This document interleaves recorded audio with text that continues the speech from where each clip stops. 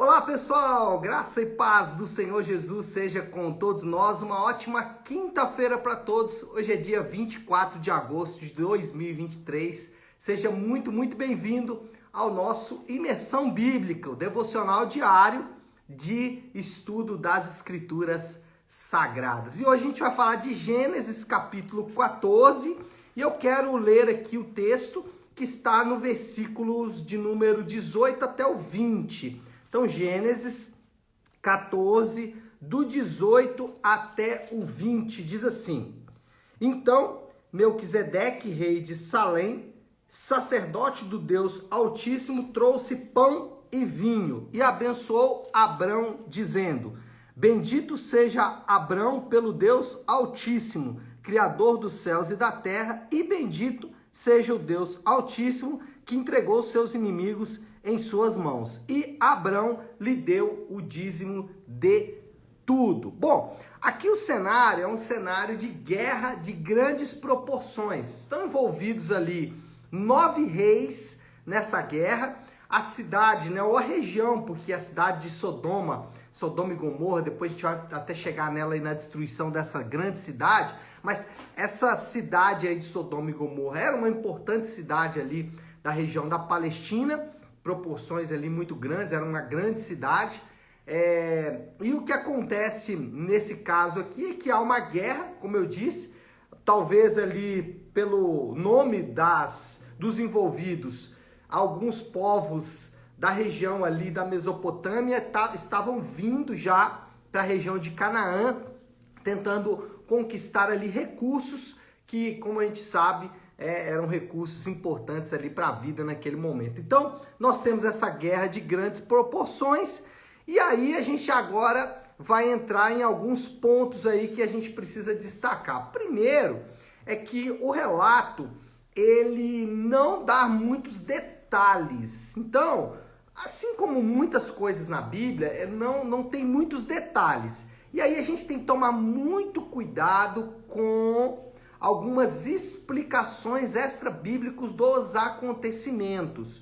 Então, o que acontece muitas vezes? Como a gente não encontra todas as respostas que a gente está querendo, a gente tenta algumas coisas fora do texto bíblico. Mas o que a gente tem que lembrar, e aí eu vou só dar algum exemplo aqui, lá do Gênesis capítulo 6, quem são os filhos do homem, quem são, né, as filhas de Deus, ou os filhos de Deus e as filhas do homem, né? Se eu não estou enganado aí na ordem das coisas, mas é só para dar um exemplo de que buscar explicações extra-bíblicos não é aconselhado, né? Então, até religiões falsas vão surgir a partir da inquietação de alguns indivíduos para tentar responder perguntas que a Bíblia não se preocupou em responder. Por quê? Porque para a Bíblia o que importa é o plano da redenção e o plano de Deus. Então, se aquilo ali se encaixa dentro do plano de Deus, do plano da redenção, está ótimo. Para nós, esse é o ponto, tá? Para a fé cristã, de maneira geral, para todos os cristãos, a Bíblia é a nossa única regra de fé e prática. Ou seja, em assuntos espirituais, a Bíblia ela é definitiva, devendo aí outras fontes de explicação de coisas espirituais devem ser rejeitadas. Então, ficamos apenas com a Bíblia, sola escritura da reforma está válido, muito válido. Então, ficamos apenas com a Bíblia, porque a Bíblia é a nossa única regra de fé e prática. Segunda observação aí importante é que a prática da entrega dos dízimos remonta ao período dos patriarcas. Aí a gente viu no finalzinho do versículo 20 que Abraão deu para Melquisedeque o dízimo de todas as coisas. Então, algumas pessoas, até bem intencionadas, elas rejeitam o ensino do dízimo, criando explicações bem elaboradas, né? Então, já vi diversas explicações aí para o dízimo, remontando o templo, dizendo que no templo, quando você entregava o dízimo, era como se você estivesse pagando uma taxa e assim por diante, e fazendo explicações das mais diversas. Você vai ouvir, explicações parecem lindas, maravilhosas. até de pessoas bem intencionadas, tá? Eu não estou falando aqui de mal intencionados. Aí a gente, né, vai para um nível que não faz sentido a gente mencionar aqui. Mas até pessoas bem intencionadas estão tentando aí criar explicações para a questão do dízimo. Porém, o que a gente vai ver nesse texto, e é interessante que lá em Hebreus, o autor de Hebreus vai confirmar esse texto, mas o que a gente vê aqui esse texto é que o dízimo, ele é um dos elementos de adoração. Então, quando nós estamos adorando a Deus, o culto a Deus, a gente tem alguns elementos, como cantar, como orar, como ouvir o sermão. E a entrega do dízimo, dos dízimos, é parte integrante, é parte importante desses elementos de adoração.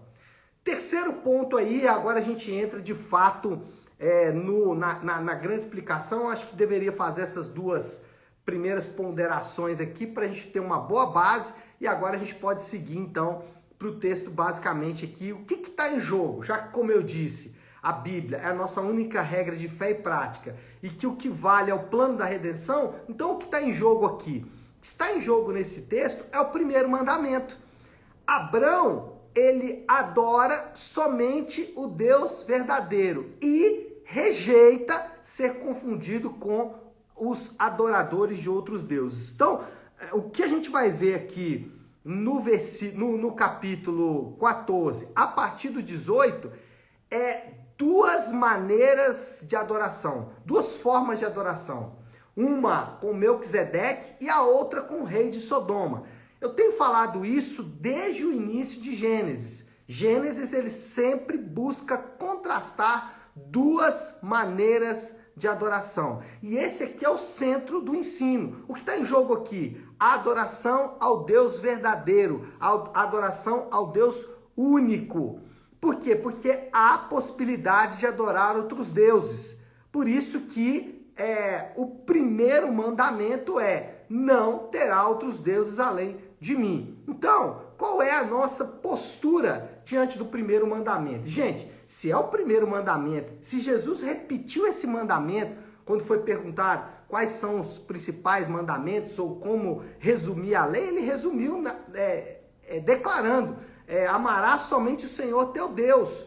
Então, é esse mandamento que está em jogo aqui. Tem dois deuses para serem adorados. E Abraão adora o Deus verdadeiro e rejeita a adoração ao Deus falso. Então, qual é a nossa postura diante do primeiro mandamento? Primeira coisa que temos que fazer diante do primeiro mandamento, e essa aqui é a coisa mais importante: reconhecer a existência de deuses falsos. Presta atenção no que eu vou dizer aqui. Não existe apenas um Deus. Não existe. Achar que existe apenas um Deus é infantilidade. Não existe apenas um Deus. Existe apenas um Deus verdadeiro. Mas tem outros deuses. Cada religião vai construir um Deus à sua própria maneira. Inclusive, alguns cristãos também. Então, primeira coisa que a gente tem que fazer é reconhecer a existência de outros deuses. Segunda coisa, a gente tem que diferenciar o Deus verdadeiro. Aqui é o ponto. Bom, tem outros deuses. Então, qual é o Deus verdadeiro? Se existem outros deuses, eu posso estar adorando um Deus falso, ainda achando que estou fazendo certo, ainda achando que estou fazendo bem. Nossa, estou adorando a Deus aqui, e aí várias explicações e tudo mais, e achar que estou adorando o Deus verdadeiro. Acho que na segunda pergunta do Catecismo Nova Cidade, a pergunta é: quem é Deus? E o Carson lá, ele faz ele fala uma coisa que é muito interessante. Ele diz o seguinte: duas pessoas dizendo a palavra Deus podem estar falando de pessoas completamente distintas. Então, o fato de eu falar que adoro a Deus não significa que estou adorando de fato. Então, não estou adorando de fato o Deus verdadeiro, estou adorando outro Deus. Como eu disse, existem vários deuses, mas só tem um Deus que é verdadeiro. Então, eu preciso diferenciar o Deus verdadeiro. E como que eu faço isso? O Deus verdadeiro revela-se somente nas Escrituras Sagradas. O Deus verdadeiro, ele só pode ser encontrado nas Escrituras Sagradas. Esse é o centro do ensino aqui de Abraão. Nós temos Melquisedeque, daqui a pouco eu vou falar sobre ele, e nós temos o rei de Sodoma. Abraão opta pelo rei de Salém, por Melquisedeque, e não pelo rei de Sodoma. Por quê? Porque, de fato, ele escolhe adorar aquele que é revelado nas Escrituras. Ainda que nesse ponto aqui, as Escrituras ainda não eram registradas, mas Abraão já tinha tido de Deus ali parte da revelação quando Deus aparece para ele algumas vezes. Então, primeira coisa, deuses falsos existem. Segundo, eu preciso diferenciar o Deus verdadeiro. Se existem outros deuses, como eu acho o Deus verdadeiro? Somente nas Escrituras, não há outro caminho. E a terceira coisa que eu devo fazer diante dos deuses falsos é rejeitá-los. Rejeitar os deuses falsos. Os deuses falsos, eles aparecem de várias maneiras, tá? Eles podem ser coisas boas. Por exemplo, você pode ter coisas como dinheiro, como saúde ou família, como um Deus falso. Qual é a característica de um Deus falso? É aquilo que você busca alegria e saciedade. Se você buscar alegria e saciedade no dinheiro, na saúde, na família, você provavelmente vai cultivar um Deus falso. Mas isso pode ser também em religiões falsas, em religiões que emanam a divindade fora da revelação de Deus, fora das Escrituras, fora da Bíblia. Então Deus, ele é apresentado na natureza, no sol, na lua, na árvore, em qualquer outra coisa. Isso formas de encontrar Deus fora da Bíblia. A Bíblia diz que a única maneira de encontrar Deus é através das Escrituras. Então eu preciso rejeitar os deuses falsos. Então esse é o centro do ensino. Mas na periferia, como eu disse, tem alguns outros ensinos. Por exemplo, Abraão podia achar que Deus estava por trás daquelas riquezas oferecidas. Lembra que Deus falou que Abraão iria prosperar? Então, Abraão podia dizer, olha, tá vendo? Deus está usando isso aqui para me abençoar. Mas sabe o que eu aprendo? Que nem tudo que parece de Deus é de Deus. Então, Abraão podia dizer, olha, eu vou pegar isso aqui, por quê? Porque o rei de Sodoma ali oferece para ele, oferece para ele ali muitas coisas. Aqui, ó, o rei de Sodoma disse a Abraão, dê-me as pessoas e pode ficar com os bens. Então Abraão podia dizer, olha, vem de Deus isso aqui. Mas Abraão rejeitou, porque qualquer coisa obtida a parte dos princípios de Deus devem ser rejeitados. Esse é um ponto importante. Mesmo coisas boas, mas que são obtidas sem Deus, elas devem ser peremptoriamente rejeitadas. E o último ponto aqui, que é também periférico dentro desse ensino aí de que Deus ele é único e exclusivo, revelado nas Escrituras, e que os outros deuses devem ser rejeitados. Outro ponto aqui é que Melquisedeque, esse personagem importante, lança já uma sombra no plano da redenção. Já estamos vendo aqui no personagem Melquisedeque a cruz. A cruz já aparece, Jesus já aparece aqui em Melquisedeque, esse personagem que Abraão então entrega o dízimo, que Abraão ouve dele a expressão, bendito o Deus Altíssimo, Criador dos céus e da terra, bendito o Deus Altíssimo que entregou os inimigos em suas mãos. Então, quando Abraão ouve isso, Abraão percebe ali o plano de Deus e já é uma sombra da cruz lançada sobre a vida de Abraão. E não só eu que estou dizendo isso, porque aqui é aquele ponto.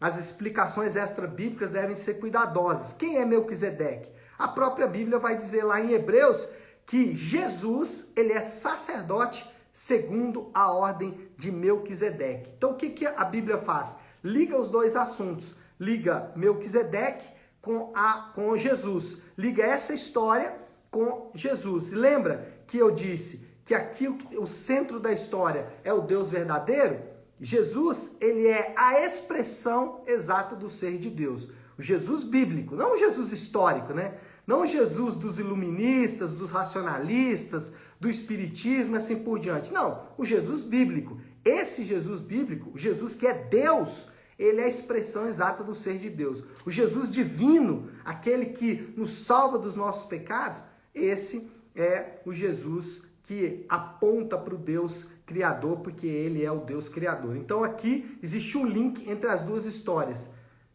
Abraão está em busca do Deus verdadeiro. Melquisedeque aponta para esse Deus verdadeiro em Jesus Cristo. Bom, moral da história: rejeitar a exclusividade e a soberania de Deus está no centro do pecado humano. Rejeitar a exclusividade e a soberania de Deus faz parte do pecado humano. Nós queremos dizer ou queremos adorar vários deuses, mas a Bíblia diz que há um Deus verdadeiro e isso confronta o pecado no coração humano. Desafio do Léo aí para esta quarta-feira, qual é o desafio? Como a gente aplica tudo isso que a gente acabou de ouvir? Primeiro mandamento: não terá outros deuses além de mim. Essa é a aplicação. Se esse é o centro do ensino, se a doutrina que está destacada aqui é a doutrina da exclusividade divina, não terá outros deuses além de mim, primeiro mandamento. Então vamos observar esse primeiro mandamento. Só lembrando aqui, voltando um pouco aqui na nossa explicação, como eu faço isso? Primeiro, reconhecer a existência de outros deuses. É inocência achar que não tem outros deuses. Tem, mas só tem um Deus verdadeiro. Aonde ele está? Revelado nas Escrituras apenas e tão somente. Só na Escritura da Reforma. Essa é a segunda coisa a fazer. Encontrar o Deus verdadeiro na Bíblia. Não na natureza, no cosmos, em outros escritos, na sabedoria do passado, não. Nas Escrituras. E terceiro, rejeitar esses deuses falsos. Reconhecer que há outros deuses, diferenciar os deuses e rejeitar os deuses. Tá certo? Essa é a aplicação pra gente nesta quinta-feira. Vamos orar? Vamos colocar tudo isso aí diante de Deus? Se você puder, pare um instante o que está fazendo e vamos juntos buscar a Deus em oração. Querido Deus, Pai de amor e graça, Senhor, diante de Ti nós nos apresentamos agora, reconhecendo, Pai, que o nosso coração é uma fábrica de deuses. Queremos, Pai, adorar outros deuses. Nosso coração se volta para isso de vez em vez. Por isso reconhecemos isso e pedimos que o Senhor nos perdoe. E mais, que o Senhor nos ajude a adorar apenas o Deus verdadeiro, a adorar apenas Jesus e a adorar apenas o Senhor, Pai. Sabemos que não é fácil fazer isso, mas contamos com a ajuda do Senhor para que nós possamos adorá-lo de maneira que o Senhor exige e assim, meu Pai, fazer a Tua vontade. Te agradeço por esse tempo e faço isso em nome de Jesus. Amém. Amém, meu povo? Bom, então é isso. Nós vamos ficando por aqui. Que Deus te abençoe. Uma ótima, uma excelente quinta-feira para todos. Fiquem com Deus.